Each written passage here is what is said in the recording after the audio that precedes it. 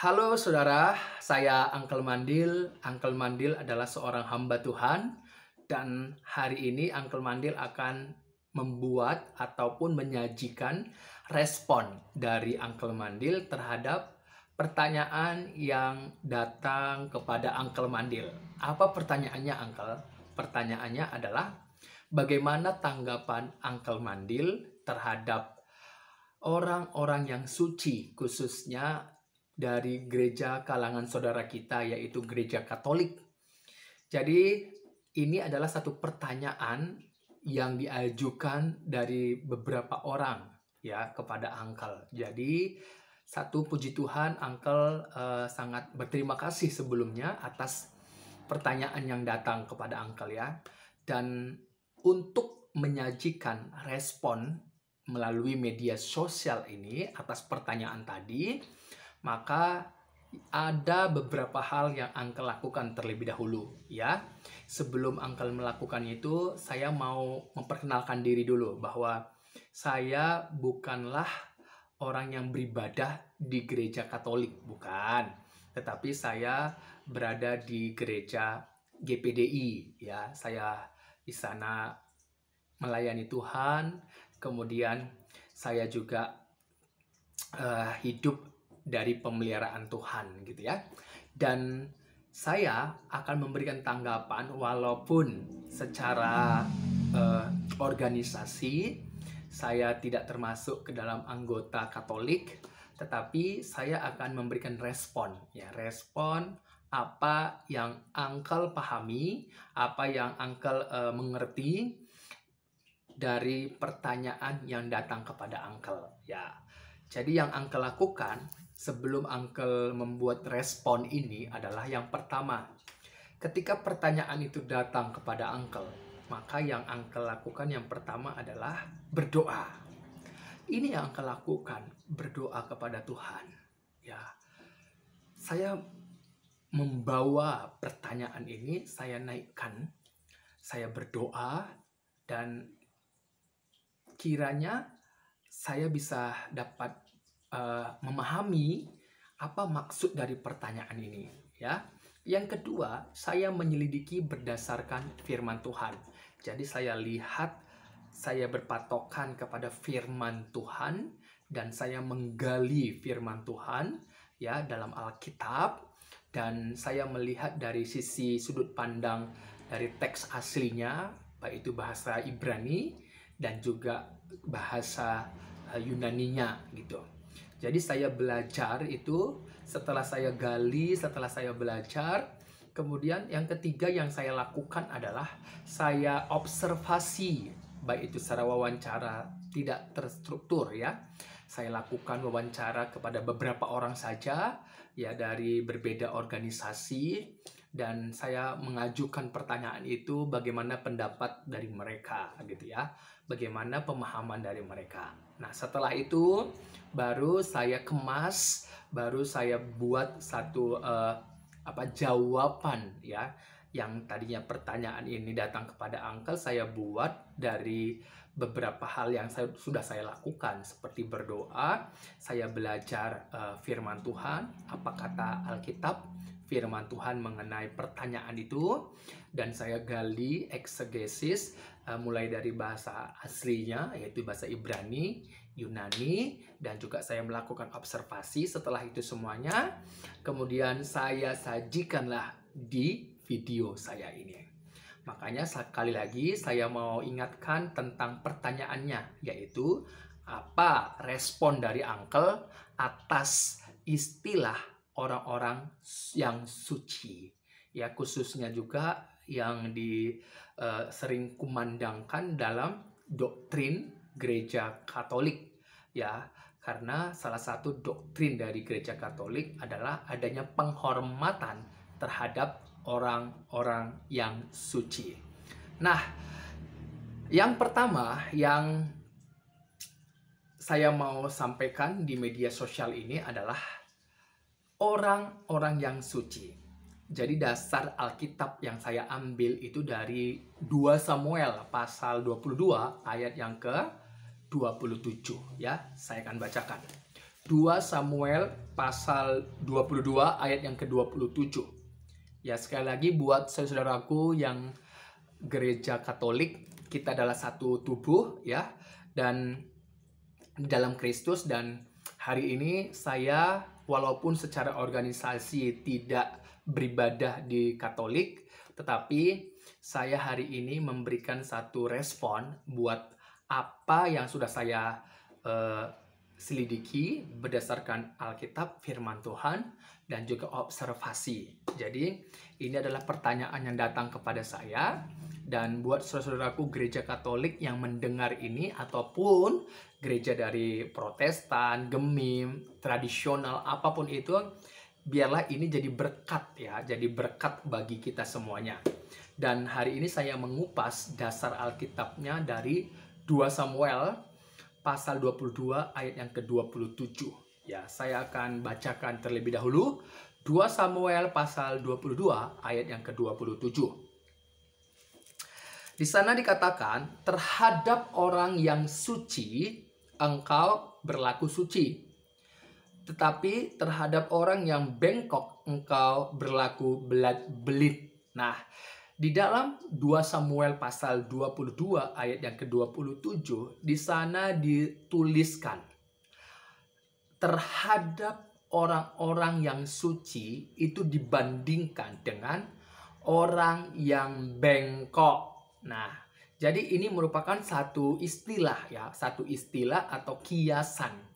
Orang-orang yang suci dengan orang-orang yang bengkok. Nah, sekarang kita akan lihat orang-orang yang suci itu dari teks asli bahasa Alkitabnya, yaitu bahasa Ibrani. Di sana dituliskan dengan istilah nabar. Jadi nabar itu bentuk bef atau kata kerja. Jadi kata kerja yang artinya adalah memurnikan dan pilih. Jadi ini satu arti dari kata nabar, orang-orang yang suci tadi, dengan arti memurnikan dan pilih, gitu dia. Jadi kalau kita lihat di dalam bahasa Inggris itu orang-orang yang suci itu dituliskan the pure ya. Ada artikel dari the, artinya orang yang sudah jelas, sudah pasti. Orang yang pasti atau orang yang jelas itu orang yang apa? Ya, dituliskan tadi di situ orang yang suci. Nah, sekarang kita akan lihat yang kedua adalah ada perbandingan, yaitu orang yang bengkok. Orang yang bengkok ini orang yang seperti apa? Apakah orang yang, maaf kata, tidak mempunyai komplit pada fisik ya tubuhnya, atau orang yang seperti garpu yang bengkok? Seperti apa dia? Nah, makanya itu kita akan lihat dari teks aslinya, bahasa Ibraninya, yaitu kata orang yang bengkok dituliskan dengan istilah ikes. Ikes. Ikes itu adalah bentuk dari adjektif ya, atau kata sifat. Jadi ternyata orang yang bengkok ini, kalau kita tinjau dari struktur katanya, yaitu adjektif kata sifat, ini berkaitan mengenai sikap hati. Sikap hati ya, sikap hati. Jadi arti dari ikes itu adalah serong artinya, atau sesat atau bengkok. Nah, ini dia, bengkok atau sesat atau serong hatinya. Jadi sikap hatinya yang sesat. Sesat itu dalam arti yang luas adalah keluar dari jalur sebenarnya. Yang kemudian ada yang serong, artinya ada yang menyimpang gitu dia. Jadi ini menggambarkan sikap hati. Jadi kalau kita perhatikan dalam Amsal juga, di dalam pasal 11 ayat yang ke-20, bahwa yang bengkok itu sama artinya dengan serong hatinya dari jalan Tuhan, dari jalan yang sebenarnya. Dia mengembara di luar dari jalur ya, gitu dia.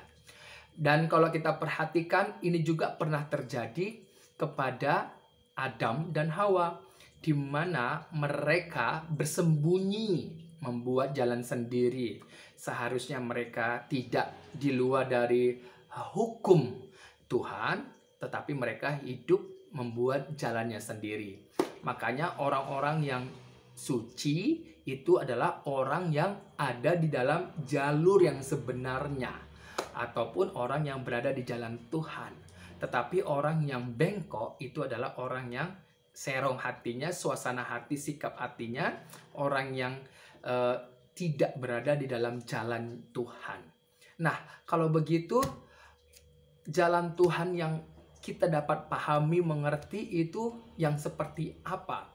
Ya, mau tidak mau saudara, yang namanya jalan Tuhan, kalau kita cross check di dalam Kejadian pasal 2 ayat yang ke-17, di sana Tuhan memberikan hukum kepada Adam bahwa jangan engkau makan buah pohon pengetahuan tentang yang baik dan yang jahat itu. Jadi jalan Tuhan yang dimaksud berdasarkan Kejadian 2 ayat yang ke-17 adalah memegang perintah atau taat untuk tidak melanggar hukum Tuhan yang diberikan kepada Adam. Itulah yang disebut dengan jalan Tuhan berdasarkan firman-Nya.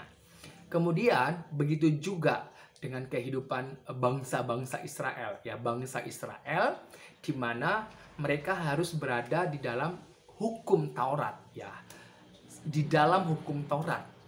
Dan kita sebagai orang-orang yang percaya saat ini adalah kita berada di dalam firman-Nya.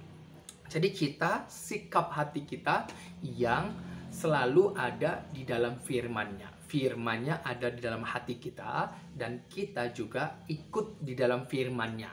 Artinya kita dimurnikan di dalam firman-Nya. Kita dibersihkan di dalam firman-Nya. Seperti itu dia. Inilah yang kita lakukan hingga menyelesaikan pertandingan iman dengan baik. Jadi kita memulai di dalamnya dan mengakhiri pertandingan iman itu di dalamnya. Inilah yang disebut dengan orang yang suci. Tetapi orang yang bengkok, orang yang serong, orang yang sesat adalah berada di luar jalan Tuhan. Artinya orang yang tidak berada dalam iman kepada Tuhan Yesus Kristus. Inilah yang disebut dengan bengkok hati. Jadi sampai kapan itu kita harus menyelesaikan pertandingan iman dengan baik. Jadi orang-orang yang suci adalah orang-orang yang memiliki iman dan tetap berada di jalan Tuhan berdasarkan firman-Nya dan sampai menyelesaikannya dengan baik. Gitu dia, sampai menyelesaikannya dengan baik. Inilah yang disebut dengan orang-orang yang suci. Jadi banyak sekali contoh dalam Alkitab, termasuk kita saat ini, adalah disebut orang-orang yang suci. Orang-orang yang imannya kepada Kristus oleh karena firman itu, dan firman itu tinggal dalam hidup kita, dan kita ada di dalam firman-Nya. Ya, dalam segala kondisi, situasi seperti apapun, maka kita harus dimurnikan di dalam firman-Nya. Inilah yang disebut dengan orang yang suci. Nah, bagaimana mengenai Bunda Maria? Yes, dia disebut orang yang suci. Karena Bunda Maria, dia mengatakan dan juga dalam proses hidupnya, hingga akhir hidupnya, dia tetap percaya, dia tetap mempunyai iman terhadap Allah yang telah menyatakan dirinya, Allah yang telah menjadi manusia, ya, di dalam Yesus Kristus. Inilah yang dipegang mulai dari Adam, Hawa, Habel, Set, ya, Enos, dan banyak sekali, ya, hingga sampai dengan kita orang yang percaya kepada Tuhan Yesus Kristus. Dan kalau kita menyelesaikan pertandingan iman dengan baik, ya, kita juga disebut orang yang suci. Karena apa? Karena Kristus Yesus yang menjadi poin terpenting iman kita, dan kita tetap di dalam firman-Nya supaya kita dimurnikan hari demi hari. Puji Tuhan, Tuhan Yesus memberkati kita semua. Haleluya.